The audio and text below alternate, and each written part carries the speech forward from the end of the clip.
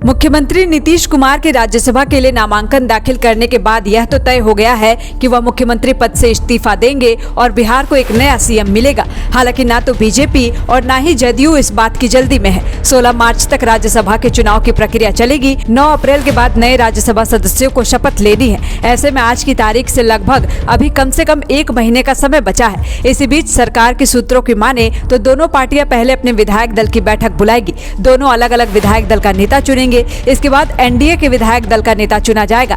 इसके बाद मुख्यमंत्री नीतीश कुमार इस्तीफा देंगे और नया नेता सरकार बनाने का दावा देंगे। बीजेपी सूत्रों की माने तो रामनवमी यानी 26 मार्च तक नई सरकार का गठन कर लिया जाएगा। वहीं ये तय माना जा रहा है कि पहली बार बिहार में भारतीय जनता पार्टी के मुख्यमंत्री शपथ लेंगे, जबकि जदयू कोटे से 2 डिप्टी सीएम बनाया जा सकता है। 3 महीने पहले नीतीश कुमार ने 26 मंत्रियों के साथ शपथ ली थी। अब नई सरकार फुल फ्लेज 32 मंत्री के साथ गठित हो सकती है। इसमें 14 मंत्री बीजेपी के, 14 जदयू के, 2 एलजेपी-आर के साथ आरएलएम, एचएएम के एक मंत्री होंगे। बीजेपी और जदयू दोनों पार्टियों से सरकार नए चेहरों को मौका दे सकती है। हालांकि फिलहाल नए चेहरे पर कोई भी पार्टी के नेता कुछ भी बोलने से बच रहे हैं। जदयू के प्रदेश स्तर के एक नेता ने बताया कि स्पीकर और गृह विभाग पर जदयू ने दावेदारी कर दी है। अभी सीएम का पद जदयू कोटे में है तो स्पीकर पद बीजेपी के पास, और पहली बार सम्राट चौधरी ने डिप्टी सीएम रहते हुए गृह विभाग अपने पास रखा है। अब जदयू इसी आधार पर इन पदों पर अपना दावा कर रहा है। हालांकि बीजेपी ये दोनों पद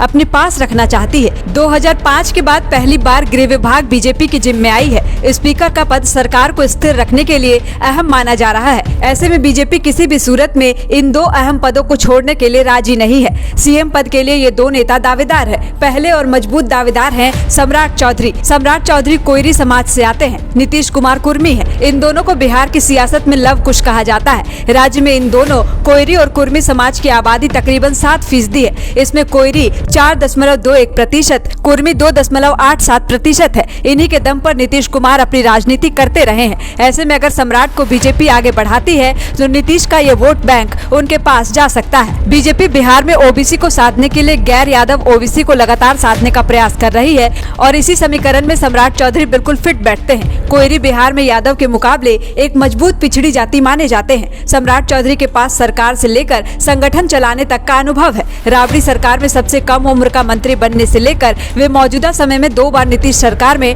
डिप्टी सीएम रह चुके हैं। इससे पहले वे नीतीश सरकार में भी मंत्री रह चुके हैं। सम्राट चौधरी की सबसे बड़ी ताकत है उनकी आक्रामक शैली। बीजेपी के भीतर एकमात्र ऐसे नेता है, जब नीतीश कुमार के खिलाफ नेता प्रतिपक्ष थे तब उन पर उतना ही तीखा हमला बोला जितना एग्रेसिवली ये लालू प्रसाद यादव या तेजस्वी यादव पर अटैक करते हैं। ये बीजेपी की राजनीतिक शैली के लिए फिट है। सम्राट चौधरी के अलावा फिलहाल बिहार में कोई ऐसा नेता नहीं है जो लालू और नीतीश दोनों पर आक्रामक रुख रखते हैं। सम्राट चौधरी की राह में सबसे बड़ा रोड़ा है उनकी दूसरी पार्टी से बीजेपी में आना। सम्राट चौधरी बीजेपी में आने से पहले राजद और जदयू में थे। ऐसे में पुराने भाजपाई उनका विरोध करते हैं। जब वे पार्टी के प्रदेश अध्यक्ष थे तब कई दिग्गज नेताओं ने उन्हें आयातित भाजपाई बताया था। हालांकि असम समेत कई राज्यों में बीजेपी दूसरी पार्टी से आए नेताओं को शीर्ष पद दे चुकी है। सम्राट चौधरी की तरह विजय सिन्हा भी मौजूदा सरकार में डिप्टी सीएम है। विजय सिन्हा की सबसे बड़ी ताकत है संघ का भरोसा। इन्हें संघ का भरोसेमंद नेता माना जाता है। इन्होंने संघ के रास्ते बीजेपी की राजनीति में एंट्री ली है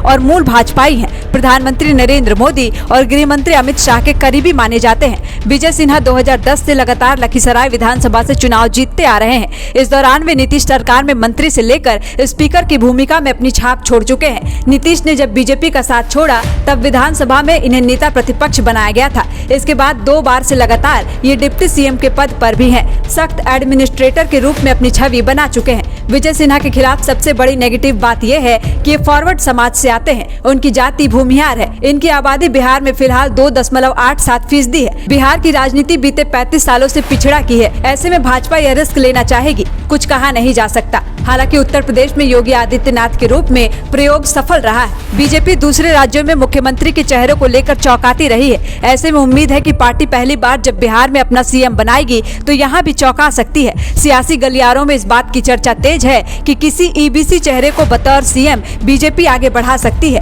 ऐसी चर्चा है कि ईबीसी के कुछ विधायक से अमित शाह ने पटना दौरे के दौरान मीटिंग भी की थी। ऐसी चर्चा है कि बीजेपी अपना सीएम बनाएगी और मौजूदा फॉर्मूले के तहत जेडीयू के 2 डिप्टी सीएम हो सकते हैं। डिप्टी सीएम के इन 2 नामों पर चर्चा सबसे ज्यादा तेज है। नीतीश कुमार खुद बिहार की सियासत से अलग होकर अपने बेटे निशांत कुमार को सरकार और संगठन की कमान सौंप सकते हैं। निशांत अभी तक पॉलिटिक्स से लगभग खुद को अलग रखते आए हैं। 2025 विधानसभा चुनाव के दौरान से वे लगातार इसमें एक्टिव हुए हैं। ऐसे में नीतीश कुमार के अलग होने के बाद जाति और पार्टी के बीच कॉम्बिनेशन स्थापित करने के लिए ऐसे नेता की दरकार थी जिसकी स्वीकार्यता सभी के बीच हो। इसमें निशांत कुमार पूरी तरह फिट बैठते हैं। विजय चौधरी जदयू के भीतर और बाहर एक ऐसे नेता है जिन्हें नीतीश कुमार का नंबर 2 माना जाता है। वे सरकार की नीति और रणनीति बनाने वाली कोर कमेटी के अहम सदस्य है। नीतीश बिहार में कहीं जाएं और विजय चौधरी हमेशा उनके साथ होते हैं। रणनीतिक मामलों में उन्हें नीतीश कुमार का हनुमान माना जाता है। वह विवादों से दूर रहते हैं और अपनी मृदुभाषी शैली और प्रशासनिक पकड़ के लिए जाने जाते हैं। TheFollowUp.in.